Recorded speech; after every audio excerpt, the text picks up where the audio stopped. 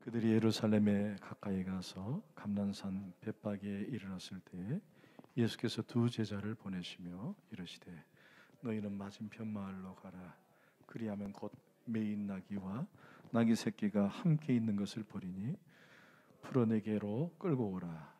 만일 누가 무슨 말 하든지 주가 쓰시겠다 하라. 그리하면 즉시 보내리라 하시니. 자리에 앉겠습니다.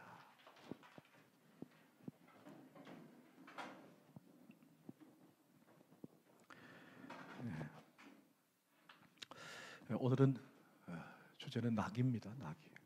낙이고 우리 예수님은 그 예루살렘으로 입성하시기 전에 많은 사람들을 만났습니다. 혹시 지난 주일 누구를 만났는지 기억나십니까? 네, 그렇죠. 맹인을 만났습니다. 이 맹인을 만났다는 것은 그냥 앞을 보지 못한 사람으로서 한 독립적인 사건으로 볼 수도 있지만, 그러나 그 이면에는 일종의 한 가지 그림 메시지다. 즉 지금까지 제자들과 만난 사람들은 거의 어떤 사람들이었죠? 맹인처럼 앞을 제대로 분간하지 못하는 그런 사람들이다라고 하는 것을 일종의 메시지화 시킨 것이다. 결국 우리도 진정 하나님을 만나고 눈이 띄어지기를 소원합니다. 아멘. 눈이 띄어져야 합니다. 맹인은 결국 예수 그리스도를 만나고 경험했을 때 눈이 띄어졌습니다. 눈이 띄어지고 난 다음에 그분의 가시는 길을 따라갑니다. 여러분, 길을 따라간다는 말이 뭘까요? 그렇죠. 그분의 삶의 방향을 쫓는다라고 하는 것입니다. 그래서 참된 제자란 하나님의 삶의 방식대로 사는 것입니다. 예수 그리스도가 우리 가운데 보여주셨던 그분의 삶을 뒤따라가는 것, 그게 제자도의 삶이 되는 거예요. 내 방식대로 훈련받은 대로가 아니라 주님의 삶의 그 삶을 따라가는 것, 그것이 참된 제자가 됩니다. 예수님 당시 유대 정치 상황은 우리의 일제 강점기와 매우 비슷했습니다. 유대 나라는 헤롯 대왕이 죽은 이후에 자녀들로부터 이렇게 분봉, 이렇게 나누어져서 왕을 통치를 받고 있었습니다. 하지만 진정 그들이 왕으로서의 통치를 하고 있었지만은 실제 그 유대를 지배했던 나라는 로마입니다. 로마로부터 지배를 받습니다. 이때 당시에 로마로부터 파견받은 본디오 빌라도가 이 유대 지역을 실질적으로 지배하고 있었다라고 그렇게 이해하시면 됩니다. 여러분, 우리나라도 그랬지만은 다른 나라의 지배를 받는다는 것, 식민지 되어 있다는 것은 그만큼 굴욕이고 그만큼 아픔입니다. 유대인들은 항상 신본주의에 입각을 했습니다. 하나님께서 우리를 만드셨고 이 땅도 하나님이 주셨고 하나님이 우리를 이끄시는 분인데 어떻게 미개하고 미련한 이방인 같은 로마인들이 우리를 지배하고 이끌 수 있느냐. 그래서 늘 유대인들 사이에서는 투쟁과 분쟁이 곳곳에서 일어났습니다.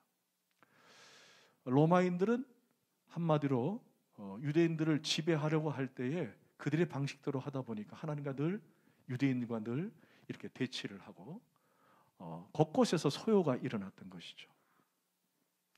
여러분, 이때 유대인들 마음은 어떤 마음이었을까요? 유대인들의 마음속에는 한 가지 소망이 있었습니다. 비록 지금은 로마의 티베리우스 황제가 우리를 지배하고 있을지라도 우리를 영원히 지배할 왕이 오실 것이다. 왕에 대한 기대가 있었습니다. 그 기대가 바로 메시아니즘입니다. 메시아에 대한 기대입니다. 그분이 왕으로 오실 것이다. 그 새로운 왕을 늘 기다렸던 거죠. 그래서 구약 성경 에레미야 23장 5절에 이렇게 예언되어 있습니다. 함께 읽겠습니다. 시작. 여호와의 말씀이니라.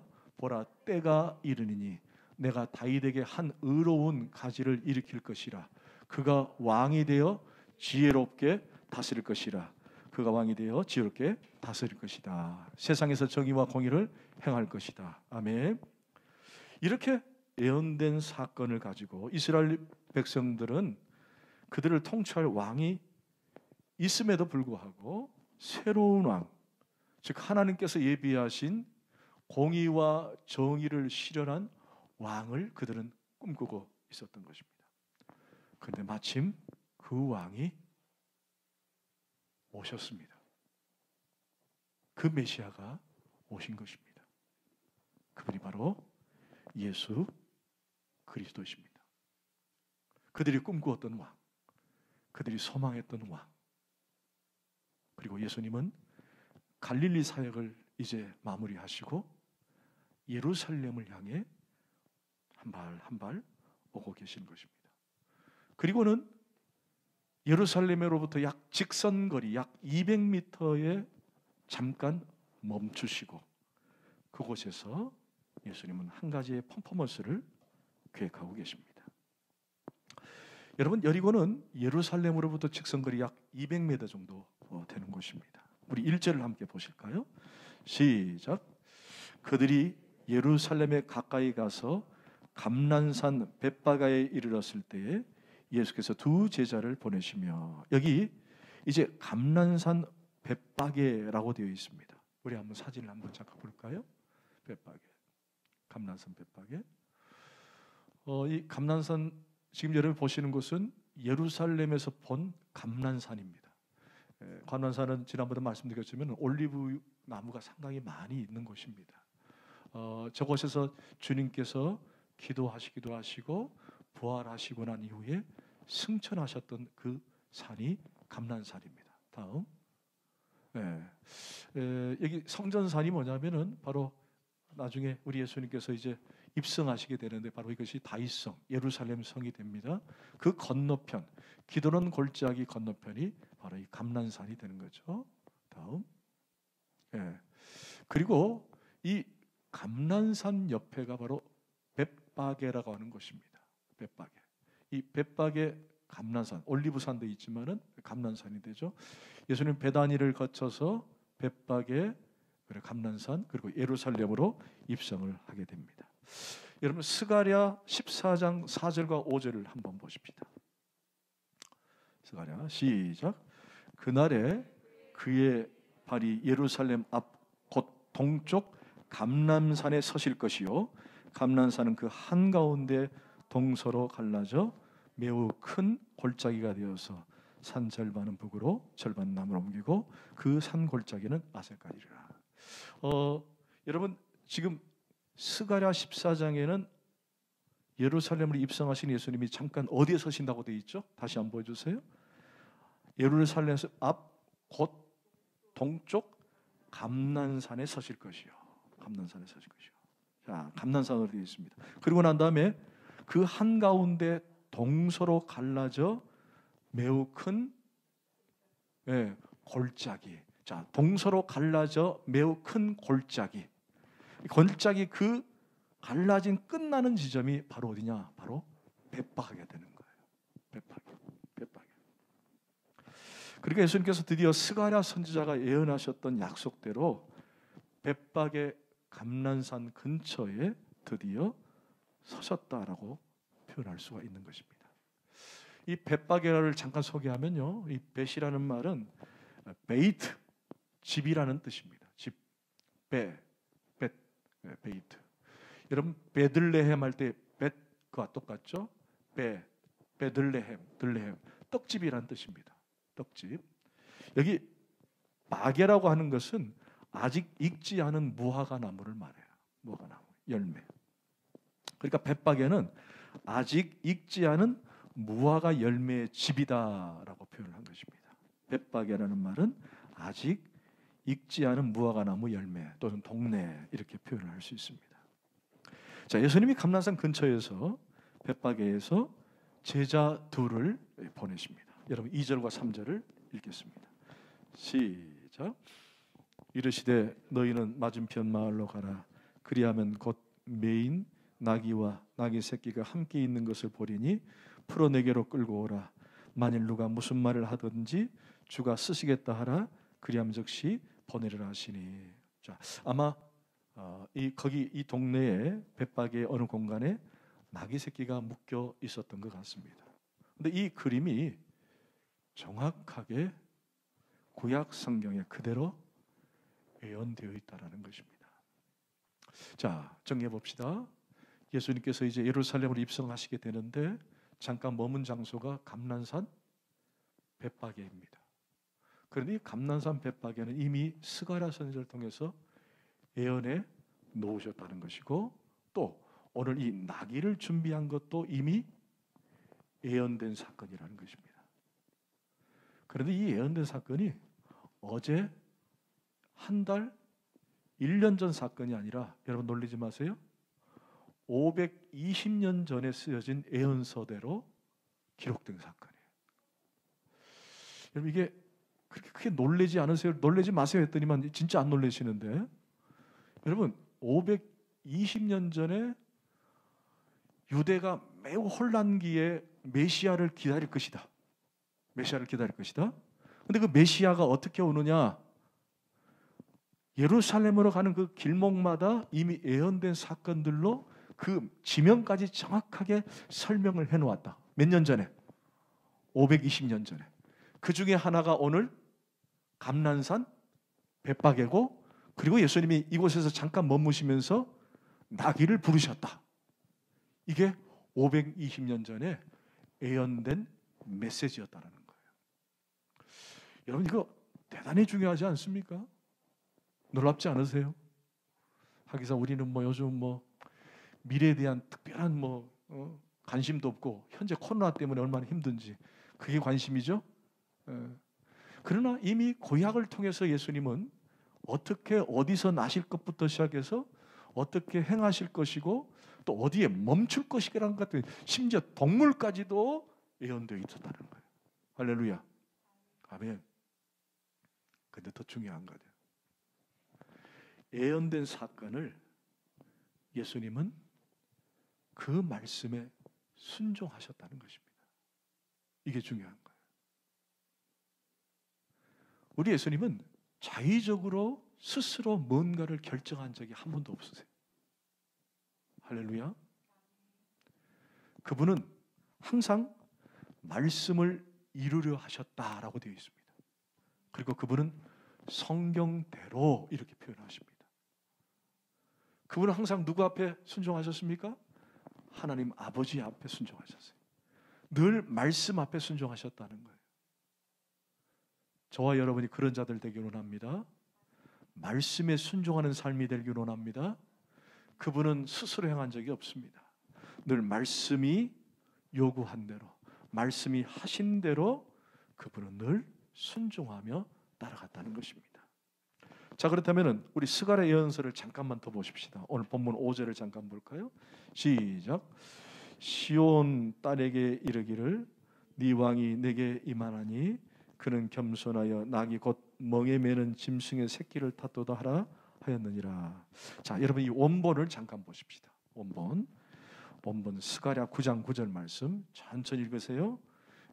이게 520년 전에 기록한, 지금으로부터 이 성경의 본문으로부터 520년 전에 어떻게 기록했는지 다 같이 시작.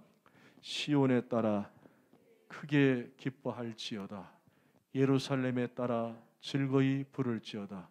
보라, 네 왕이 내게 임하시나니 그는 공의로우시며 구원을 베푸시며 겸손하여서 나귀를 타시나니 나귀의 작은 것 곧 나귀 새끼니라. 아멘. 아멘. 여러분 본문 2절을 다시 한번 볼까요? 본문 2절 시작. 이르시되 너희는 맞은편 마을로 가라. 그리하면 곧 매인 나귀와 나귀 새끼가 함께 있는 것을 보리니 풀어 내게로 끌고 오라. 아멘. 이미 예언된 사건을 오늘 정확하게 성취하고 계시는 것입니다. 여러분 놀랍지 않으세요? 정말 놀랍습니다. 예수 그리스도가 모든 그분의 삶의 행적은 오직 말씀대로 이루어졌다. 말씀대로 행하셨다.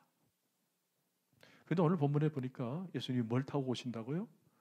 나귀를 타고 오신다라고 되어 있습니다. 뭐 나귀 새끼를 탔다, 독자는 나귀를 탔다라고 말을 하기도 합니다만은 여하튼 나귀를 탔다라는 것입니다. 이 나귀는 유대적 개념 세 가지가 있습니다. 유대 사학자인, 유대 역사학자인 요세푸스에 의하면은 이 유대적 개념인 나귀는 세 가지의 특징을 갖고 있는데, 하나는 섬김의 동물이다. 또 하나는 봉사의 동물이다. 또 하나는 짐을 지는 짐승이다라고 말했습니다. 그러니까 나귀라고 할 때 이 나귀의 특징, 나귀의 개념은 이 세 가지를 유대인들은 늘 머리에 박힐 정도로 그런 이미지화되어 있던 거죠. 그런데 이 스가랴 선지자가 예수님께서 오실 때 뭘 타고 오시느냐? 나귀를 타고 오신다. 즉 겸손하여서 나귀를 타고 오신다. 여러분 잠깐 저를 볼까요? 여러분 유대라고 하는 나라는 스가랴 선지자 활동 당시에는 나라라기보다는 한마디로 집단이었습니다. 영향력을 끼칠 수 없는 그야말로 매우 수준 낮은 그런 공동체, 불악 정도였습니다. 그런데 주변에는 상당히 많은 대국들이 있었어요. 여러분 잘 아는 것처럼 사드락과 다메섹과 하맛과 두로, 수돈, 아스볼론, 에블론 많은 강대국이 있었습니다. 열강들이 있었습니다. 그리고 유대를 에워싸가지고 항상 유대를 좋은 먹잇감처럼 대하고 있었죠. 그러니까 유대는 항상 긴장을 하고 있었습니다. 불편했습니다. 항상 두려워 있었습니다. 그런데 이때 스가랴 선지자가 하나님의 약속을 그들에게 선포하는 거예요. 뭐라고? 기대하라. 메시아가 오는데 그 메시아는 뭘 타고 오신다? 나귀 새끼를 타고 올 것이다. 왕이 겸손해서 나귀 새끼를 타고 온대요. 여러분 그 그림을 한번 이해해 보세요. 좀 웃기지 않습니까? 아니 주변의 강대국들이 에워싸가지고 유대를 막 지배하고 유대를 침략하고 약탈하는데 고작 온다는 왕이 큰 칼과 큰 창을 들고 늠름하게 큰 말을 타고 늠름한 말을 타고 여봐라 내가 간다 라고 외치면서 창을 들고 칼을 들고 와야 되는데 어떻게 보고 있어요? 겸손하고 약하고 연약한 나귀 새끼를 타고 그냥 들어오신다는 거예요. 여러분 도대체 이게 이해가 되지 않습니다. 정말 이해가 되지 않아요. 그런데 여러분 스가랴 9장 9절을 다시 한번 보세요. 뭐라고 되어 있습니까? 거기에 백성들에게 기뻐하고 그 다음에 즐거이 부르고 기대하라고 얘기합니다. 아니 적어도 오려면은 강하게 오셔서 우리를 막 에워싸고 그리고는 창을 들고 칼을 들고 말을 타고 멋지게 들어와야 되는데 그렇지 않은데 어떻게 우리 보고 기뻐하라고 우리 보고 즐거워하라고 그렇게 얘기하시는가? 이게 아무리 봐도 그림이 어울리지가 않아요. 그런데 여러분 이게 바로 복음의 능력입니다. 할렐루야. 복음은 그렇게 가는 거예요. 여러분 세상 논리로 말한다면 힘의 논리입니다. 경제의 논리. 지금 세계 정세는 지금 한쪽에 좀 쏠려 있죠. 러시아와 우크라이나 어땠습니까? 서로 칼을 가지고 창을 가지고 무기를 가지고 내가 평화를 주겠다는 거예요. 우리 편을 만들겠다는 거예요. 그래서 사람들을 죽입니다. 여러분 오늘도 수많은 사람들이 죽었어요. 그게 세상의 논리요, 세상의 가치입니다. 그러나 복음의 능력은 그렇게 주어지는 게 아닙니다. 하나님의 복음의 능력은 그렇게 되는 거예요. 여러분 코로나 시대에 우리가 얼마나 그걸 많이 경험합니까? 지금은 이제 너무 많이 걸리니까 교회가 원상이다, 교회가 문제가 있다라고 말을 하고 있지는 않지만은 그러나 얼마 전만 해도 교회가 얼마나 많은 손가락질을 당한지 몰라요. 아니 이제 코로나 시대에 이 어려운 시대에 무슨 교회에서 예배를 드리느냐, 무슨 교회 가느냐, 그렇게 막 사람들이 우리 보고 손가락질하고 교회를 마치 코로나에 온상인 것처럼 우리 그렇게 만들어버린 우리 시대는 살고 있었습니다. 지금도 마찬가지. 지금도 어디가 그러면 교회 간다 그러면은 아이 코로나 조심해 이렇게 우리 눈을 볼 때가 있습니다. 세상의 논리는 그렇습니다. 힘의 논리입니다. 그러나 복음은 그렇지 않습니다. 복음은 겸손하게 오는 거예요. 겸손하게. 여러분, 그렇다 해서 그 복음의 그 겸손함이, 복음의 미약해 보이는 그 복음이 결코 사그라들거나 죽거나 사라지지 않았다는 사실입니다. 그 복음이 완성이 되어 오늘 저와 여러분에게까지 온 줄 믿습니다. 복음의 능력이 있습니다. 복음의 힘이 있는 것입니다. 여러분 7절과 8절을 보십시다. 시작. 나귀와 나귀 새끼를 끌고 와서 자기들의 겉옷을 그 위에 얹음에 예수께서 그 위에 타시니 무리의 대다수는 그들의 겉옷을 길에 펴고 다른 이들은 나뭇가지를 베어 길에 펴고. 자, 이제 나귀의 안장을 앉히고 또 예수님께 이제 예수님이 그 나귀를 타고 입성하기를 이제 원하십니다. 여러분 한번 스가랴서와 지금 이곳의 현장의 모습을 보면서 영 어울리지 않는 그런 느낌이 들지 않습니까? 지금 이들은 예수님께서 예루살렘 입성하시는데 자신들이 가지고 있는 담요, 뭐 담요라고 해봤자 그 뭐 이런 담요가 아니라 늘 몸에 에워싸고 있는 겉옷에 대한 것, 이것들을 다 펼쳐가지고 안장을 만들기도 하고 길에 펴기도 하고 이렇게 하는 것입니다. 여러분 9절과 10절 시작. 앞에서 가고 뒤에서 따르니 무리가 소리 높여 이르되 호산나 다윗의 자손이여 찬송하리로다.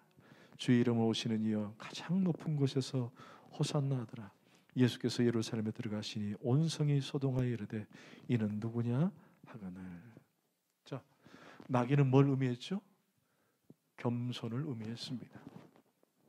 그런데 예수님께서 겸손의 왕으로 예루살렘에 입성합니다. 그런데 유대인들의 생각은 뭘로 가득했을까요? 그렇죠. 여전히 그들은 칼과 창으로 싸우는 싸움으로 들어가는 것으로 이해하고 있었다는 거예요. 여러분 이것은 어떻게 보면 유대인들이 바랬던 그림이었을 것입니다. 그렇지만 예수님은 그 무리들의 생각과는 완전한 괴리가 있었어요. 무리들의 오해를 갖고 있었던 것입니다.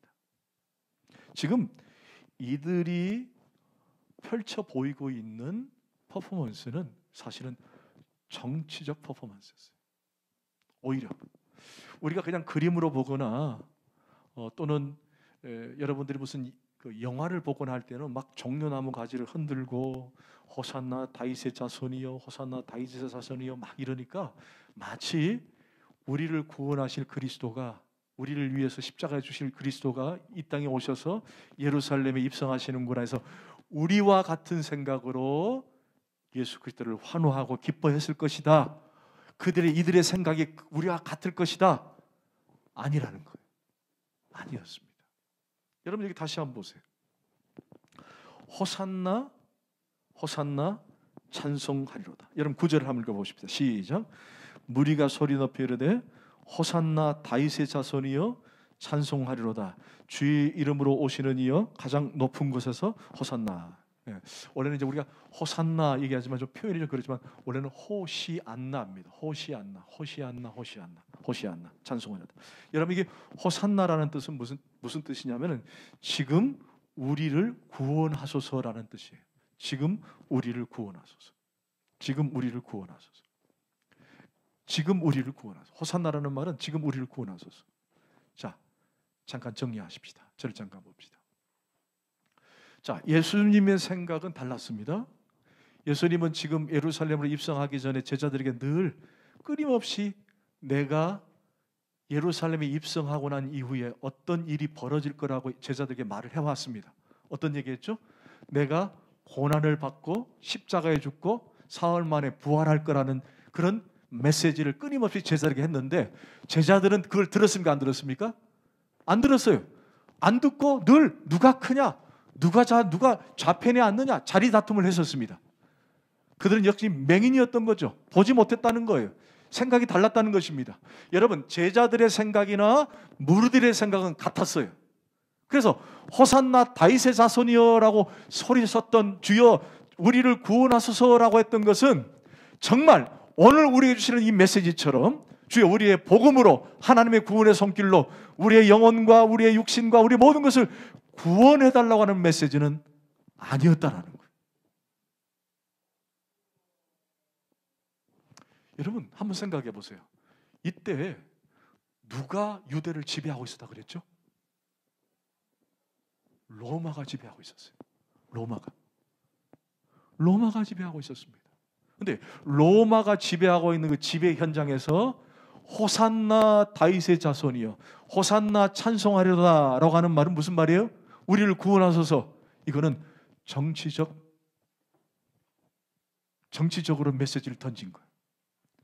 로마 입장에서는 금기어입니다. 금기어. 지금 우리가 로마로부터 압제를 받고 있고 로마부터 통제를 받고 있는데 당신이 메시아로 왔으니까 로마로부터 우리를 해방시켜 주십시오 라고 하는 외침이었던 거예요. 여러분 또 한번 보세요. 여기 보니까 9절에 다윗의 자손이라는 단어가 나와요. 다윗의 자손이요. 호산나 찬송하리로다. 우리를 구원하소서. 누구로부터? 로마로부터. 호산나 다윗의 자손이여라는 말은 이 다윗이라는 말은 무슨 뜻이라 그랬죠? 지난번에 기억나십니까? 맹인이 뭐라고 불렀죠? 다윗의 자손이라고 그랬죠. 이게 무슨 뜻이에요? 혈통으로는 다윗 가문으로 오신 왕이라는 얘기예요. 그러니까 지금 이 무리들은 이미 금기어를 하고 있는 거예요. 누구 입장에서? 로마 입장에서 발설하지 말아야 할 그 단어를 외치고 있는 거예요. 로마의 압제로부터 해방하실 다윗의 자손, 다윗의 가문에서 올 왕, 메시아, 예수 그리스도. 그분이 왕이라는 거예요. 로마로부터 싸우고 항쟁할 수 있는 왕, 그분이 오늘 오신 예수라는 거예요. 그러나 이들의 생각과 예수님의 생각은 달랐다는 것입니다.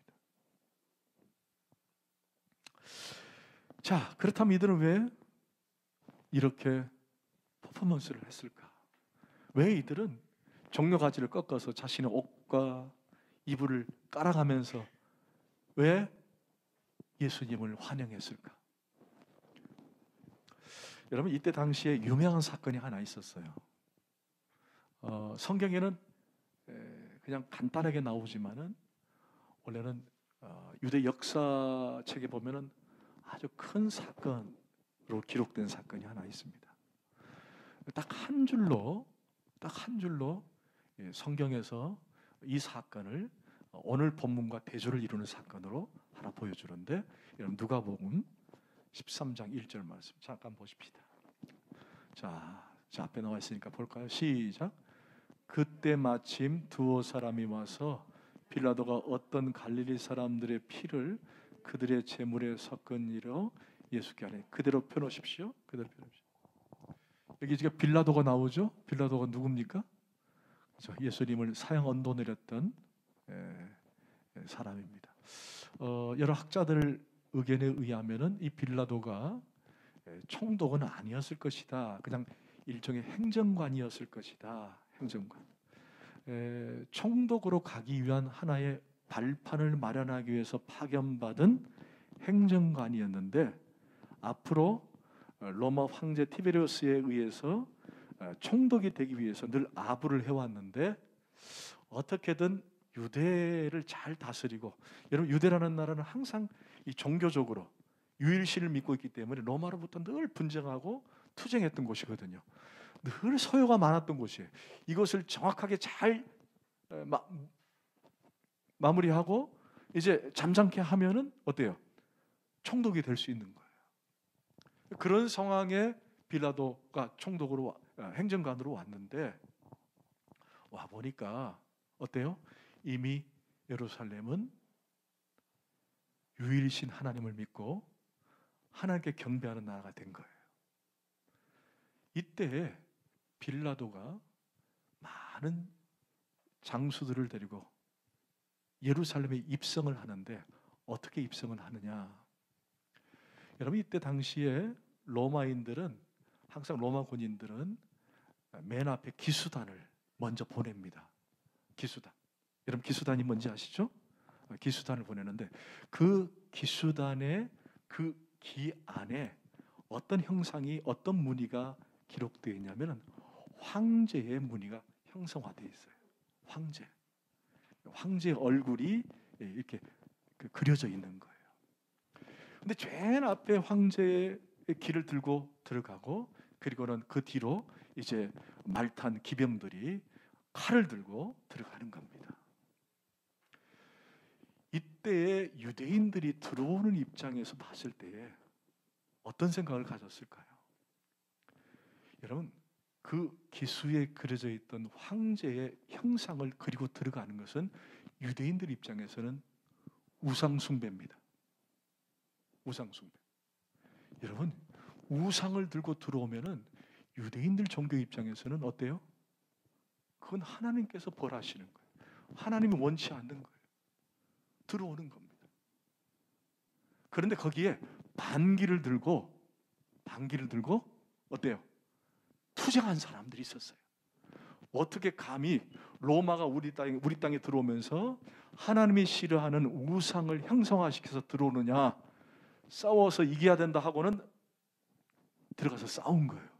그러자 그때 마침 두 사람이 와서 빌라도가 어떤 갈릴리 사람들의 피를 그들 제물로 섞은 일로 예수께 아뢰니 빌라도가 그 사건을 보고는 몇몇 사람을 해한 겁니다.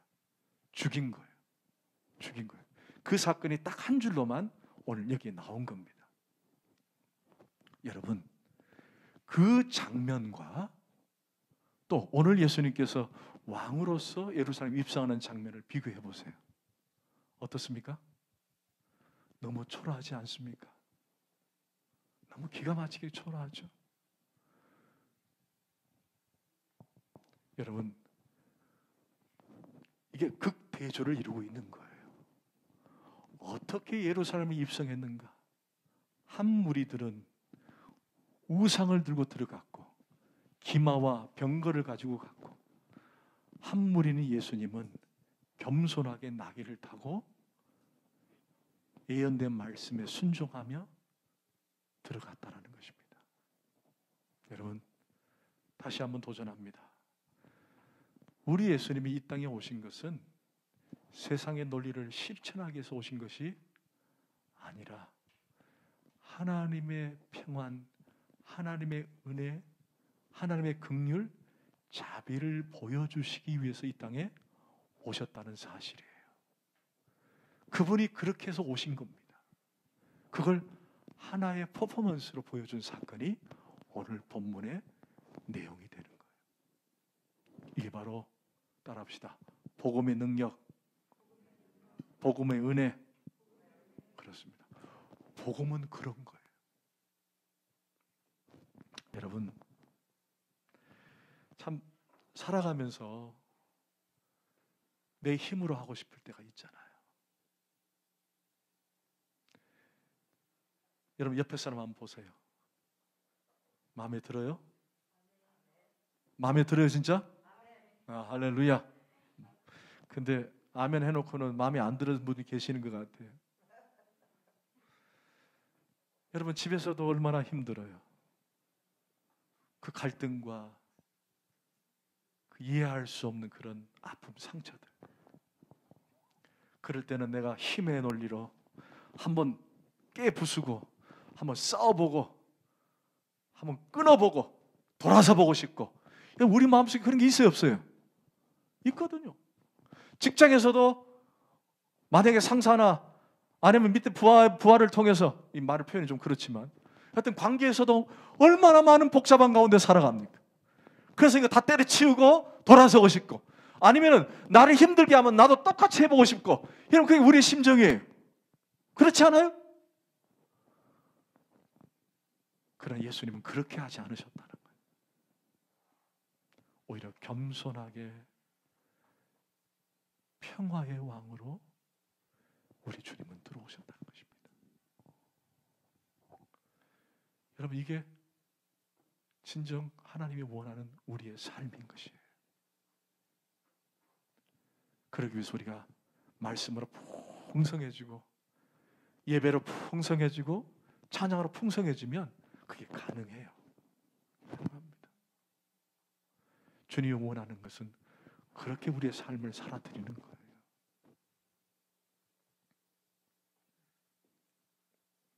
여러분, 혹시 부정한 방법이 우리를 유혹할 때가 있습니다. 또 우리가 살아가는 데 있어서 남들처럼 세상의 논리로 그렇게 똑같이 살아가기를 원할 때가 있습니다. 그러나 여러분이 아시는 것처럼 공의와 정의는 언젠가는 드러나게 돼 있다는 사실을 늘 잊지 마십시오. 여러분, 잊지 마세요. 지금 조금 불편하고 조금 어렵고 힘들어도 언젠가는 여러분 주님 그걸 드러내십니다. 여러분, 억울하십니까? 여러분, 괴로운 문제를 당하셨습니까? 언젠가는 주님이 여러분의 마음을 아시고 일으키실 것입니다. 말씀을 맺겠습니다. 저는 오늘 본문을 통해서 몇 가지 교훈을 정리하고 말씀을 맺기로 합니다. 오늘 본문에서 주님은 주가 쓰시겠다라는 말씀을 처음으로 자신의 신분을 밝히십니다. 여러분, 본문을 잠깐 보실까요? 3절입니다. 시작. 만일 누가 무슨 말을 하거든 주가 쓰시겠다 하라. 아멘. 여러분, 혹시 기억나십니까? 마태복음을 강의하면서 예수님 스스로가 내가 주다라고 표시한 적은 없습니다. 여기서 유일하게 주가 쓰시겠다라고 말합니다. 처음으로 자신을 밝힌 거예요. 여러분, 주라는 말은 무슨 뜻입니까? 자신이 구원자라는 것입니다. 자기의 주되심을 선포한 최초의 장면이 오늘 여러분이 봤던 21장 3절에 기록된 것입니다. 여러분, 주가 쓰시겠다 할 때 이 주자는 뭐예요? 네, 주권을 의미하는 것입니다. 주권은 예수님께 있다라는 거예요. 나귀를 가져오라고 하니까 주가 쓰시겠다라고 얘기하십니다. 이것이 바로 나귀든 뭐든 다 주권은 예수님께 있다. 여러분, 구원의 능력도 마찬가지입니다. 예수님이 나에게 내가 줄까 말까 협의해서 들어오는 것이 아닙니다. 구원의 주권은 누구로부터 출발하죠? 주님입니다. 그분으로부터 출발해서 시작이고 끝이 되는 거예요. 그래서 우리는 무엇을 간직해야 되느냐? 따라합시다. 주권사상. 예. 우리 신앙생활에서 굉장히 중요한 사상이에요. 이게 바로 우리 전인생 가운데 있어야 되는 바로 이게 사상이 됩니다. 이것이 있어야만이 제대로 된 믿음이 형성이 되는 거예요. 즉 하나님의 주권을 인정하지 못하면은 그 믿음이 들어오지 않는다는 것입니다. 여러분, 우리가 하나님의 우리를 주관하시고 그분이 나를 이끄신다라는 그 믿음을 가질 때에 우리는 참된 용서가 되고 은혜가 되는 거예요. 아멘. 여러분, 사도 바울이 감옥에서 사형을 앞에 두고 유명한 고백을 합니다. 디모데후서 4장 8절 말씀. 시작. 이제 후로는 나를 위하여 의의 멸관이 예비되었으므로 주 곧 의로우신 재판장이 그날에 내게 주실 것이며 내게만 아니라 주의 나타심을 사모하는 모든 자에게도. 아멘. 여러분, 바울은 억울했을 거예요. 왜 내가 복음을 전하다가 이렇게 고초를 당하고 고난을 당할까? 그러나 모든 것을 하나님께 맡겼다는 사실입니다. 왜요? 주권은 하나님께 있기 때문에 그렇습니다. 여러분, 억울한 일이 있고 힘든 일이 있을 때 누구에 맡깁니까? 하나님께 맡기는 거예요. 여러분 요셉을 보세요. 요셉도 억울하고 힘들고 괴로웠지만 나중에 형들을 만나서 용서를 합니다. 그 용서의 근원에 누가 있습니까? 형들이 두려워할 때 형들을 향해서 뭐라고 얘기합니까? 이 모든 것은 누가 하셨다? 하나님이 하셨다. 할렐루야. 이게 바로 주권 사상입니다. 그럴 때 우리에게 은혜가 있는 거예요. 그 다음에 또 한 가지는 세밀하게 계획하시고 주장하시고 간섭하고 계신다는 것입니다. 즉 이것이 바로 주권 사상에서 뿌리를 내리는 거예요. 세밀하게 계획하시고 주장하시고 간섭하신다. 여러분 분명히 앞서도 말씀드린 것처럼 복음의 능력은 그런 거예요. 우리 하나님께서 여러분과 함께 계획과 주장과 간섭을 하고 계십니다. 여러분 주님 고난을 당하셨죠? 십자가에 지셨죠? 그리고 죽으셨습니다. 그리고 부활하셨습니다. 이제 남은 게 뭡니까? 승천하셨습니다. 그리고 남은 게 뭐죠? 다시 오시는 것입니다. 할렐루야. 그러면 우리를 향한 그분의 계획, 그분의 섭리는 분명히 있다라는 것입니다. 할렐루야. 아멘. 그러기 위해서 우리가 한 가지 여러분 부탁을 드립니다. 여러분 이제 우리가 다 정리를 합니다. 예언대로 주님이 가시는 모든 길도 그 길을 가셨고, 그리고 주님이 약속하신 대로 다 말씀대로 다 행하셨습니다. 그리고는 그분이 내가 나귀를 쓰겠다라고 선포까지 하셨습니다. 이 모든 것은 다 하나님의 말씀으로 이루어진 사건이었습니다. 그렇다면 이상 우리가 한 가지 놓쳐서는 안 될 것이 하나 있습니다. 그게 뭐냐? 바로 나귀입니다.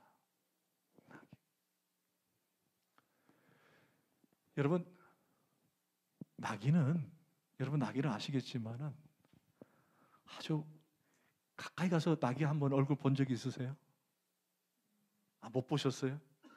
나귀를 오늘 그 인터넷 찾아보시기 바랍니다. 참 불쌍하게 생겼어요. 참 측은하게 생겼어요. 눈이 축 처져가지고. 나귀가 짐을 지고요, 저 산을 오르면요 그렇게 불쌍해 보여요.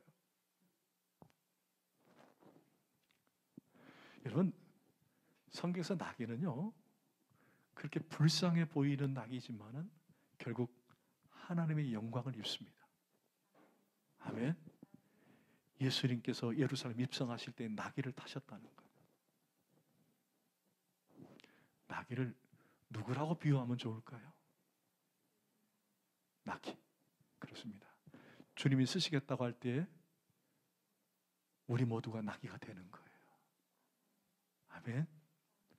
우리처럼 불쌍하고 연약한 사람, 비천하고 아무 쓸모없는 나 같은 사람도 주님이 쓰시겠다고 하면은 내어주더라는 것입니다. 여러분 그게 바로 주권 사상입니다. 저와 여러분 나귀와 같은 인생이에요. 오늘 주를 위해서 내가 쓰겠다라고 할 때 주여 나를 써주옵소서, 이런 응답이 있기를 축원합니다. 기도하십시다.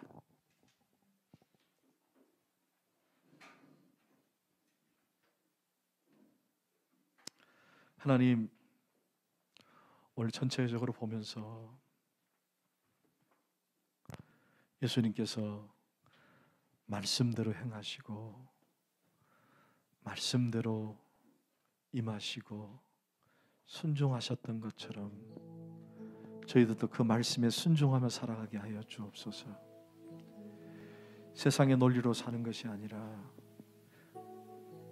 말씀의 논리로 사는 저희들 되게 하여 주옵소서. 세상이 뭐라고 한들 말씀이 어떻게 우리를 이끄는지 그것이 중요한 줄 믿사오니 그 말씀으로 사는 저희들 되게 하여 주옵소서. 주여, 주가 쓰시겠다 하라. 아멘. 나를 사용하여 주옵소서. 내가 여기 있나이다. 내가 주를 위해서 충성하고 봉사하겠습니다. 겸손히 주님 앞에 서겠습니다. 나를 사용하여 주옵소서.